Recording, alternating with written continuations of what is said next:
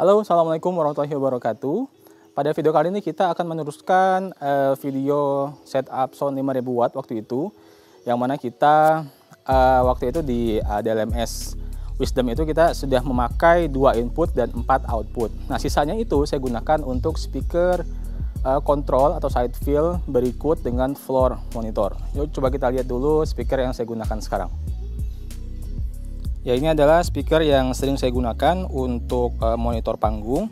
Biasanya posisinya ini kalau nggak kiri kanan menghadap ke tengah, saya biasanya tempatkan di pojok kiri kanan belakang menghadap ke depan, tapi topnya sedikit menyerong ke tengah buat kontrol player dan penyanyi.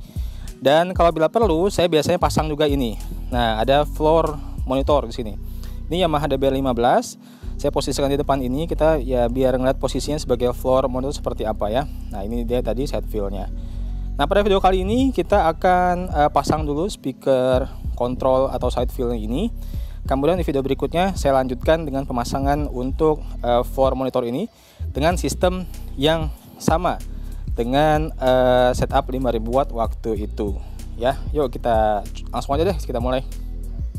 Nah, ini adalah perkabelan yang akan saya gunakan. Pertama, ini ada 2 set kabel speaker, kemudian ini ada beberapa kabel input dan kabel jumper ke power, kemudian ini ada XLR untuk ke speaker aktifnya dan 1 buah terminal. Jadi ini karena tariknya pendek aja, kita pakai yang ya pendek-pendek aja lah kabelnya ya. Untuk peralatannya kita mixer menggunakan Yamaha MG16XU. Dan di sini sudah terpasang untuk di main LR karena ini sudah kita buatkan videonya ya untuk yang FOH 5000 watt. Kemudian untuk manajemennya kita pakai dari Wisdom, modelnya DX4080 ya. 4 input, 8 output. Nah, pada video itu sekali lagi kita udah pakai input A dan B. Kemudian outputnya sudah kita pasang di output 1, 2, 3 dan 4. Jadi sekarang kita akan bikinkan video. Itu outputnya C dan inputnya C dan D.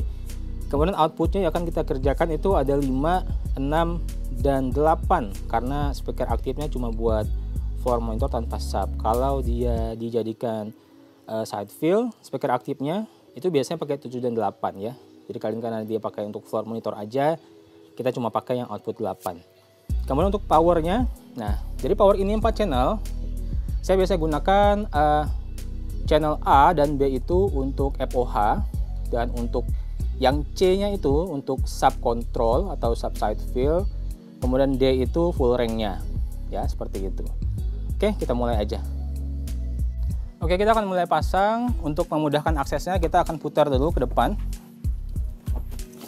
Jadi semua kabel yang sudah terpasang ini adalah posisi tutorial yang sound system 5000 watt kemarin. Jadi sekarang kita akan lanjutkan. Kita akan hubungkan mixernya ke DLMS, dan karena kita menggunakan jalur AUX, kita akan lihat dulu AUX yang disediakan itu konektornya apa, kemudian inputnya seperti apa di DLMS. Oke, setelah kita lihat bahwa di mixer ini AUX-nya berupa Akai, tapi setelah saya cek di manual booknya itu merupakan Akai yang balance. Kemudian di DLMS-nya itu berupa XLR inputnya, jadi saya menggunakan kabel yang ujung satunya berupa Akai TRS ya, Akai TRS seperti ini biar dapat koneksi balance-nya. Kemudian ujung satunya berupa XLR seperti ini ya. Jadi kalau memang peralatan kita itu support untuk koneksi balance, kita harus upayakan kabelnya juga balance ya, biar hasilnya maksimal, biar minim interference gitu ya dari luar. Ini kan ada tandanya ya, yang satu ini warna merah, satunya hitam. Begitu juga di yang XLR-nya juga ada tanda merah dan hitamnya, biar ketahuan nih, karena di satu kabel kan ada 2 channel, biar ketahuan kabel mana inputnya ke output yang mana. Oke, kita hubungkan ke AUX 1 yang merah, kemudian yang hitam AUX 2. Jadi AUX 1 nanti untuk speaker side fill yang sub dengan G153 Pro itu, kemudian yang satu ini yang hitam ini untuk AUX yang mengontrol floor monitor yang Yamaha DBR15 itu. Lalu kita pasang ya, yang merah di AUX 1, yang hitam di AUX 2. Baik, selanjutnya kita akan pasang yang XLR ini, yang merah ke input C, kemudian yang hitam ke input D ya. Jadi biar berurutan, AUX 1 ke input C, AUX 2 ke input D. Kalau teman-teman mau bolak-balik sih terserah, asal diingat aja. Ini adalah salah satu cara saya biar ya berurutan, jadi biar mengingatnya lebih gampang. Oke, kita hubungkan yang merah ke input C, yang hitam ke input D. Baik, untuk input yang tadi sudah kita pasang ya, di input C itu dari AUX 1, kemudian AUX 2 itu masuk ke input D. Nah, karena output 1 sampai dengan 4 sudah kita gunakan untuk FOH, sekarang kita punya 4 output lagi, yang mana nanti kita bagi sebagian untuk monitor side field, kemudian yang sebagian juga untuk floor monitor. Nah, sekarang kita fokus ke yang side field dulu, yang pakai sub dan juga full range. Kita akan gunakan output 5-nya itu untuk output sub, kemudian output 6-nya itu untuk full range-nya, untuk G153 Pro-nya. Yuk kita langsung routing dulu dari DLMS ke power amplifier. Baik, saya di sini menggunakan kabel berupa XLR to XLR seperti ini ya. Kabelnya ini dari Tasker, kemudian konektornya jadi dari Sitronic. Dan ini kita gunakan untuk menghubungkan dari DLMS ke power amplifier, karena sama-sama koneksi XLR yang tersedia di sini. Oke, pertama kita hubungkan dulu dari DLMS yang output 5-nya dulu, output 5. Oke, kita gunakan kabel ini yang XLR yang female-nya kita pasang di output 5. Kemudian kita hubungkan ke input C di power amplifier ini. Ya, sekali lagi nih input A dan B sudah kepakai untuk FOH yang full range-nya. Kemudian kita gunakan input C untuk power yang menyalakan speaker subwoofer nanti. Ya, selanjutnya kita lanjutkan dengan pemasangan dari output 6 DLMS ke input D. Nah, ini sekali lagi adalah jalur sinyal untuk full range-nya. Kita pasang XLR female-nya di output 6. Dan kemudian ujung satunya XLR male-nya kita pasang di input channel D di power amplifier. Selanjutnya kita hubungkan power amplifier-nya ke masing-masing speaker. Ya, karena power dan juga speakernya menggunakan konektor Spicon, saya sudah punya kabel speaker yang konektornya juga Spicon semua.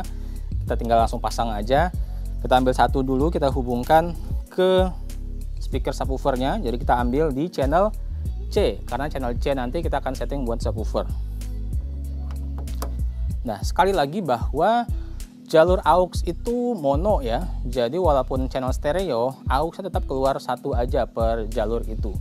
Jadi settingan untuk panggung kiri kanan itu tetap jadinya alur sinyalnya mono, walaupun dia posisinya di kiri dan di kanan. Jadi kita hanya pakai 2 channel, satu channel untuk subwoofer dan satu channel untuk full range-nya. Nanti kita jumper. Yuk kita pasang dulu ke salah satu speaker sub ya. Ya, ini kita hubungkan dari channel C di power amplifier tadi ke sub yang pertama. Kemudian kita jumper ke sub yang kedua. Karena ini posisinya berdekatan, saya cuma pakai kabel jumper yang pendek ya, yang 2 meter.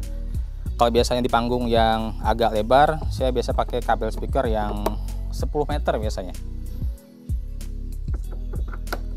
Ya, jadi ini sudah terhubung 2 buah subwoofer ke satu channel power amplifier di channel C tadi. Yuk kita lanjutkan untuk pemasangan yang atas.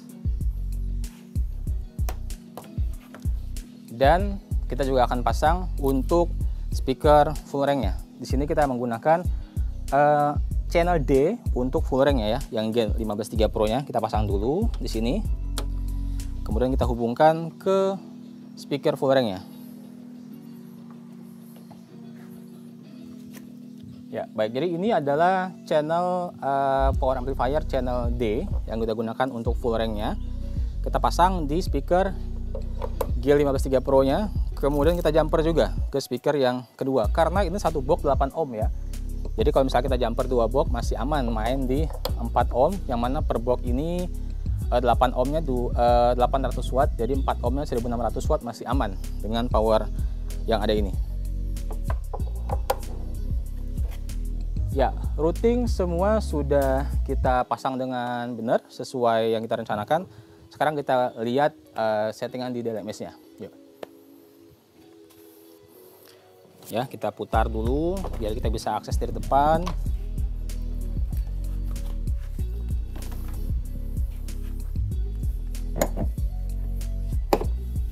Ya, sekarang kita udah balik peralatannya, hardcase-nya ke depan.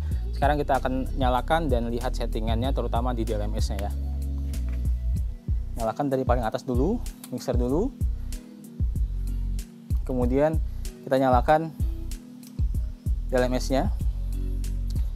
Dan terakhir kita nyalakan power amplifier-nya.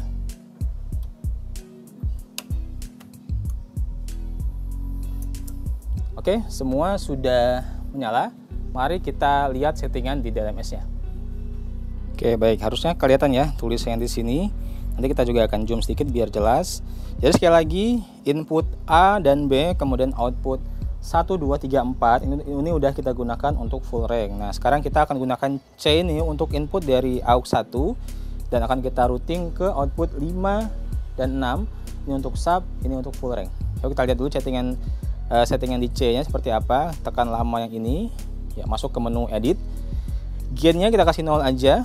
Kemudian PEQ-nya di sini nggak ada PEQ ya di inputnya. Jadi di inputnya flat aja. Kemudian ini juga bypass semua untuk crossover di inputnya. Bypass semua untuk crossover di inputnya. Kemudian delay-nya juga nggak ada. Pasanya normal. Gate-nya nggak ada ya, nggak aktif. Kemudian link-nya juga nggak kita link. Udah, itu aja. Nah, sekarang kita akan lihat di output 5. Kita tekan output 5 yang lama. Nah, ini adalah untuk subwoofernya. Jadi subwoofernya itu gainnya saya kasih di min 2 ya. Gainnya saya kasih di min 2 karena enaknya segini ya. Jadi untuk gainnya itu kita harus cari enaknya sekencang apa selama dia tidak klip ya. Kemudian PEQ-nya untuk sub saya nggak akan EQ, apa adanya aja. Kemudian untuk crossover point-nya di sini batas atasnya di 101,5 BW24, kemudian